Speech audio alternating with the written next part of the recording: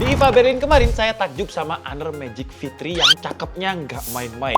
Volt paling tipis di antara yang lain. Ada juga laptop yang dimunculin, webcamnya bisa dicopot, bikin pingin. Dan akhirnya ada kabar angin kalau Honor bakalan dimasukin. Semua line up-nya yang bakal bikin kompetitornya panas dingin.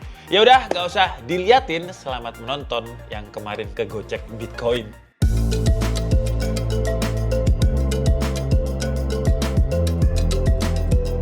Hai Andika, guys, di sini tiap saya liputan ke luar negeri, saya tuh pasti mampir ke booth-nya Honor karena memang menurut saya produk-produknya Honor itu cakep.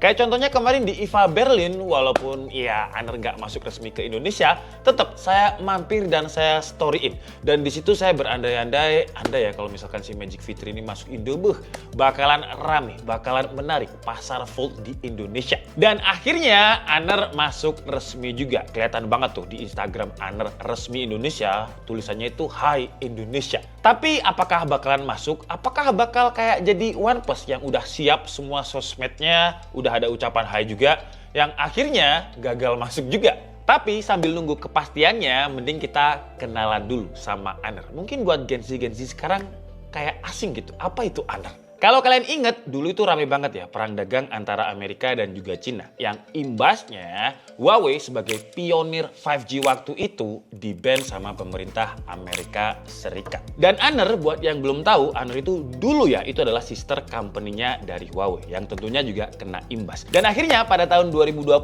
Honor memutuskan untuk mutusin Huawei ya. Mereka berdiri sendiri dan move on, bikin produknya sendiri. Dan setelah putus dengan Huawei, Honor bekerja samalah dengan mitra-mitra global yang kalian pasti udah tahu. Contohnya kayak Qualcomm dan juga Google. Sampai akhirnya, long story short, Honor bisa berdiri sendiri dan sekarang di global diakuin Honor ini bisa bersaing di pasar premium. Bukan pasar entry level ya, pasar premium. Bahkan desainnya Honor mungkin karena terlalu elegan ya, sampai ditiru sama brand lain. Saya nggak usah sebut brandnya siapa lah, kalian cari sendiri aja di Google, banyak. Dan kalau kalian sempet nonton YouTuber favorit saya, Arun dari Mr. Who The Boss, di kategori Best Volt 2024, Honor pemenangnya. Dan saya setuju sih, karena Magic V3 ini ketika saya cobain di IFA Berlin, dia itu tipis banget. Bahkan kalau dia ketutup dan dibandingkan sama iPhone 16 Pro Max atau 15 Pro Max, masih lebih tipis Honor Magic V3. Padahal iPhone, HP-nya nggak bisa full. Cuman ya buat apa HP-nya bagus kalau nggak masuk ke Indonesia? Karena kan percuma ya, kita nggak bisa nyobain. Sampai akhirnya ada kabar angin tersebut. Kalau kita ngomongin Honor, sebenarnya di negeri tetangga kita, di negeri Upin Ipin, di tahun 2023 aja Honor menguasai 6% market share di sana. Sedangkan di 2024 kemarin naik sampai 11%. 6 ke 11% dalam waktu 1 tahun itu growth yang gede banget loh. Tapi emang sih kalau kita ngomongin produknya Honor secara inovasi, yang saya lihat di IFA Berlin kemarin beneran kerasa middle premium gitu. Kalau kata Mr. Who The Boss, produk Honor ini inovatif, kualitas hardware software-nya juga long lasting dan stabil. Klaimnya Honor sih kalau saya baca-baca di websitenya, 70% karyawannya itu difokusin ke R&D, ke research and development-nya. Harapan saya buat Honor sih kalau mau masuk resmi ke Indo ya pakai jalur yang bener ya, sama kayak pesaing-pesaingnya yang sehat lah. Jangan kayak Apple yang janjinya investasi tapi ternyata nggak investasi. Oh ya, selain smartphone, sebenarnya produknya Honor itu banyak dan jujur saya belum tahu ya. Dan Honor pun di Instagram atau di website resmi Indonesianya nggak bilang tuh bakalan masukin apa aja. Tapi kalau kita ngomongin produknya Honor, selain Honor Magic V3, ada banyak. Ada tablet yang namanya Magic Pad, terus ada laptop juga yang namanya Magic Book Art. Ada smartwatch-nya juga, ada TWS-nya juga, banyak lah. Dan secara ekosistem, Honor ini juga bagus. Salah satu contohnya ada teknologi mereka yang namanya Honor Connect. Jadi semua produk ini bisa saling terhubung dengan mudah untuk berbagi layar, penyimpanan, bahkan proses antar perangkat. AI ada, desain oke, dan kualitasnya pas di IFA juga memenangkan beberapa kategori award. Ini sekelas IFA loh ya, bukan DKID. IFA itu udah gede banget lah, sama kayak CES. Kalau ditanya kenapa Indonesia, wah ya pertanyaan balik. Kenapa enggak? Karena Indonesia ini punya jumlah penduduk yang gede banget. 270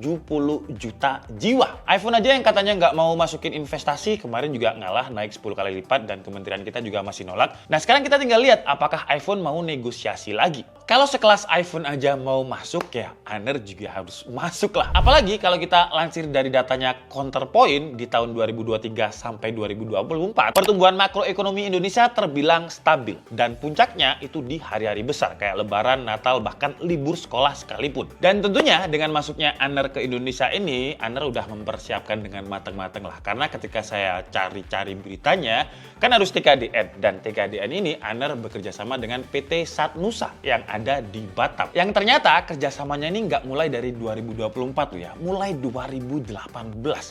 Udah lama. Yang artinya secara TKDN atau secara legalitas, Honor ini udah mematuhi atau udah comply sama pemerintah Indonesia. Gak kayak brand sebelah yang sampai sekarang ya kasihan ya, nggak bisa jualan.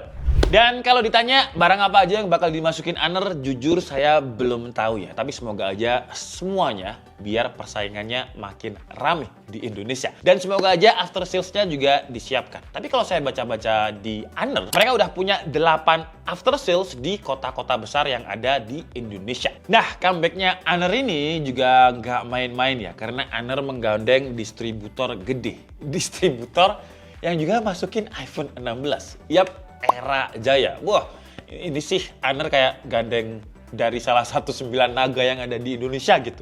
Ini distributor yang gede banget. Wah, jadi bakalan banyak kejutan nih di 2025. Terutama di pasar smartphone, tablet, dan juga laptop. Karena kalau kita ngomongin Fold ya, Fold itu ya yang main di Indonesia ada Oppo, Vivo, Samsung, Tecno juga masuk. Nah, kalau misalkan Honor juga masuk, makin banyak persaingan, makin bagus. Siapa yang menang? Dua-duanya. Konsumen menang, brand pun juga menang. Karena brand bakalan berlomba-lomba untuk memikat hati kita, hati customer. Jadi mereka bakalan bikin produk yang lebih inovatif, lebih canggih, dan yang pastinya harus lebih bagus dari kompetitornya kan. Dan kita sebagai customer juga menang. Menangnya di harga dan selling point. Jadi pilihan kita makin banyak. Brand jadi makin inovatif dan kita sebagai customer juga makin banyak pilihan dan juga harganya bakalan nggak dimonopoli. Contohnya sama kayak kelas entry level sekarang. Kalau kita ngomongin entry level, dulu ya, wah penguasanya jelas lah. Xiaomi itu penguasa entry level. Sekarang sejak adanya Transsion Holding, entah itu Itel, Infinix, Tecno, Realme juga masih masuk. Udah nggak ada lagi monopoli di pasar entry level. Dulu ya, kalau HP 1 juta, RAM-nya cuma 464. Itu standar banget. Sekarang sejak adanya makin banyak kompetisi, standarnya HP 1 jutaan itu layar 90 Hz, RAM-nya udah 8 dan 128. Itu standar benchmark HP 1 jutaan. Kalau saya sih udah nggak sabar ya pengen nge-review langsung si Magic Honor V3-nya, Magic Pad, Magic Book, Magicom, nggak ada Magicom. Watch-nya saya juga udah nyobain di IFA Berlin dan dengan ekosistemnya Honor, ekosistemnya Honor, nanti kalian lihat sendirilah gimana canggihnya ketika dia udah masuk ke Indonesia. Tapi menurut kalian dengan masuknya Honor ke Indo, kalian bakalan seneng, biasa aja, atau nggak peduli? Coba deh tulis di kolom komentar. Saya Niki Budi and see you on the next video. Bye-bye!